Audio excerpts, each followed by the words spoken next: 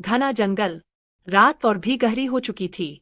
चांद बादलों की ओट में छिपा था और चारों ओर सन्नाटा पसरा हुआ था। राजा विक्रमादित्य अपने मजबूत कदमों से आगे बढ़ रहे थे। उनके दाहिने कंधे पर वह शव टिका हुआ था जिसमें बेताल वास करता था। राजा का चेहरा शांत था, पर उनकी आंखों में दृढ़ निश्चय साफ झलक रहा था। बेताल चुप था, और यही उसकी सबसे खतरनाक चाल थी। कुछ दूर चलने के बाद बेताल ने अचानक धीमी, गूंजती हुई आवाज में कहा, राजन, लगता है इस बार तुम पहले से अधिक सावधान हो। राजा विक्रमादित्य ने कोई उत्तर नहीं दिया। वे जानते थे, बेताल की हर बात एक जाल है। बेताल हल्की हंसी हंसा।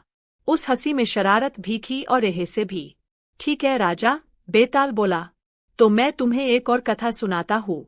लेकिन ध्यान रखना, अगर उत्तर जानते हुए भी बोले तो मैं फिर उड़ जाऊंगा। राजा विक्रमादित्य ने मन ही मन संकल्प लिया, इस बार चाहे कुछ भी हो, मौन नहीं टूटेगा।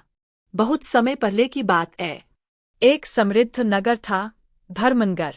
उस नगर का राजा बड़ा न्यायप्रिय था, लेकिन उसका पुत्र राजकुमार वीरसेन अत्यंत घमंडी और क्रोधी था। वीरसेन को अपने बल और बुद्धि पर अत्यधिक गर्व था।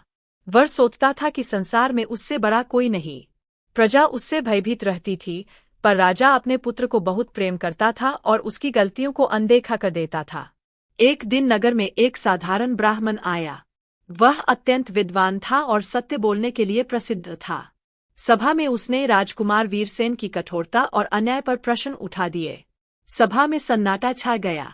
राजकुमार को यह अपमान सहन नहीं हुआ। उसने उसी समय ब्राह्मण को कारागार में डालने का आदेश दे दिया। राजा ने रोकने का प्रयास किया, पर वीरसेन ने कहा, यदि राजकुमार की बातों पर प्रश्न उठाए जाए तो राज्य कैसे चलेगा। ब्राह्मण को कारागार में डाल दिया गया। कुछ दिनों बाद उसी ब्राह्मण की पत्नी दरबार में पहुंची। उसने हाथ जोड़कर राजा से कहा, महाराज, मेरे पति ने केवल सत्य कहा था। क्या सत्य बोलना अपराध है? राजा का हृदय द्रवित हो उठा।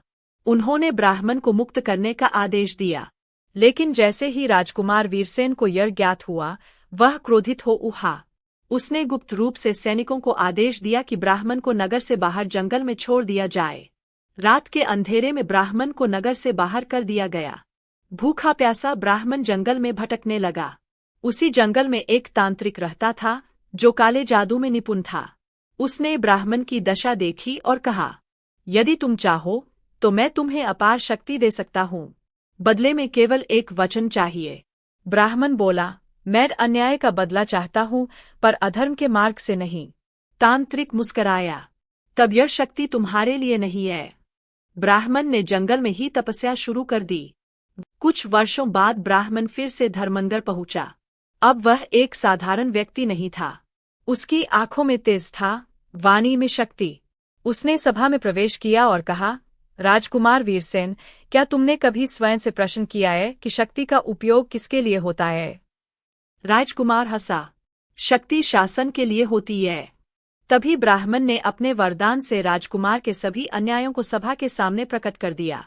हर अपराध, हर छल, सब सत्य बनकर सामने आ गया। सभा में हड़कंप मच गया। राजा का सिर लज्जा से झुक गया। निर्णय का क्षण। राजा ने कांपती आवाज में पूछा, हे ब्राह्मण, अब तुम क्या चाहते हो? ब्राह्मण बोला, न्याय। राजा ने अपने पुत्र को राज्य से निष्कासित कर दिया। राजकुमार वीरसेन रोता हुआ नगर छोड़कर चला गया। राज्य में फिर से शांति लौट आई।